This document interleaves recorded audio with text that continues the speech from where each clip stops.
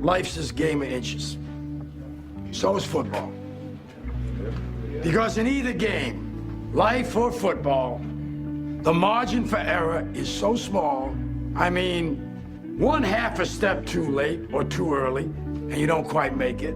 1/2 second too slow, too fast, you don't quite catch it. The inches we need are everywhere around us. Hell yeah. They're in every break of the game, every minute, every second.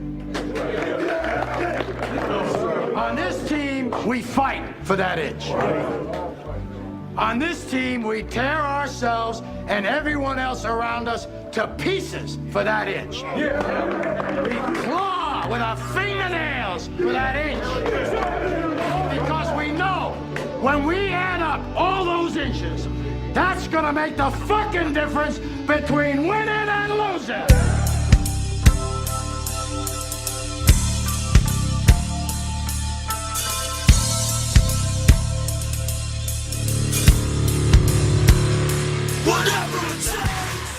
Welcome to This Week in PPL. We're into the home stretch and this is week 12. We have just 2 weeks left of the regular fantasy season, so let's focus on the race to the playoffs. Let's start with the first place NPO Bashers versus Buffalo Furacao, who is hoping to move themselves into 4th place. While wide receiver Odell Beckham Jr. had a healthy 24 points against the Browns, Furacao needed a big day from their QB Derek Carr, who did pull in 22 points, but it simply wasn't enough to match against the Bashers QB Drew Brees, scoring an impressive 40, and wideout Michael Thomas's 26.5 points from the flex position.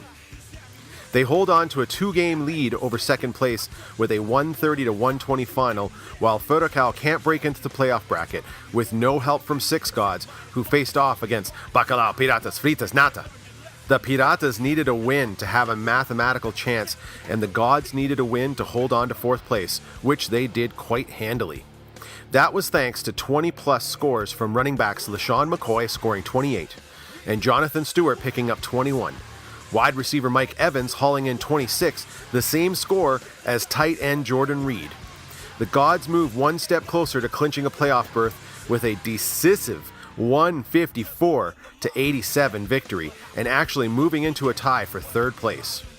Sharing that 3rd place spot is Screaming Seagulls, who faced off against Dak to the Future. The Gulls were tied for 2nd but fell to Dak thanks to an all-around strong showing led by running back Ezekiel Elliott's 24 points against Washington.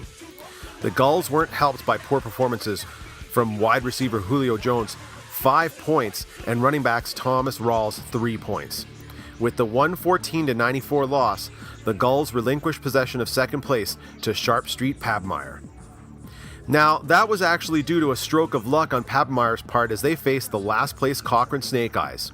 Well, let's call a spade, shall we? This wasn't luck. This was poor game time decision, as the Snake Eyes actually had QB Kirk Cousins slated to start, but made a literal last-minute decision to go with Matt Ryan, and that would cost them the win, as Ryan scored only 21 points to Cousins' 35. Pabmeyer managed to squeeze out the win with QB Aaron Rodgers' 26 points on the Monday Nighter that sealed a narrow 84.5 to 82.5 win.